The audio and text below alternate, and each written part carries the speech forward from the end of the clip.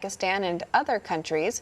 Information warfare expert Phil Waldron says his team is studying the information packages received from overseas and that those packages may have impacted the election.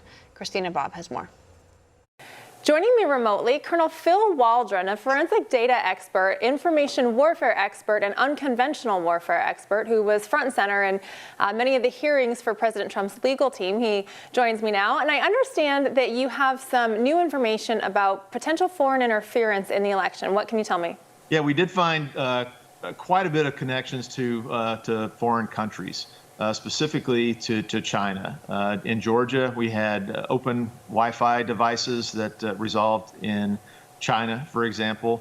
And you may remember that U.S. voter rolls were emailed to foreign companies in Pakistan. One that was specifically affiliated with Pakistani Inter-Services Intelligence Agency, or ISI. Well, the Nevada Secretary of State exported the whole voter rolls. And the reason for that is that the adjudication process, you may recall the Antrim County, Michigan investigation, the forensic investigation, had a really, really high error rate of ballots. 1,200 out of 1,500 ballots in one small township were error ballots. And those are sent to the adjudication process. And what it looks like when the voter rolls shut down at night in several states across the country, that those voter rolls were used to assign votes to those adjudicated ballots. And we're investigating packet transfer from China, from Germany and Italy right now that show foreign interference, exactly what the President's Executive Order 13848 outlines. And what does it mean, packet transfer? For those folks who might not be, computer experts or cyber experts, what does it mean that there's packet transfer from these foreign countries? So data is transferred over in bundles or packets so that it can go from one place to another. So if you send a picture through an email, that's a packet. It's a pretty large packet file that goes from one point or one IP address to another IP address.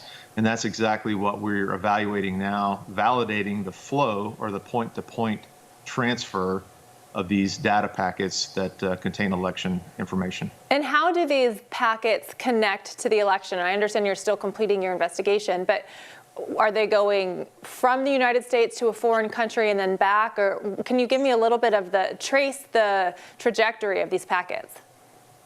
Yes, there's two-way transfer of the packet data. They leave the United States and go to servers in foreign countries. Again, I mentioned the countries they're going to.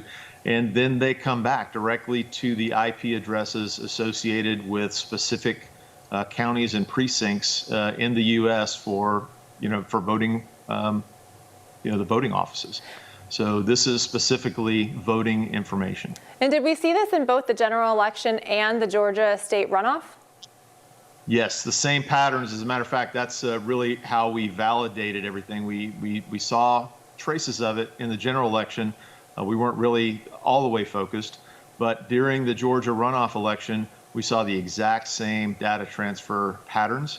And again, those are mostly encrypted, so we're trying to decrypt a lot of that information right now using open source tools and methods and pulling that information down to where it's usable. Well, thank you very much for your efforts, and I wish you the best of luck in your continued investigation. Thanks for your time. Thanks for having me. All right.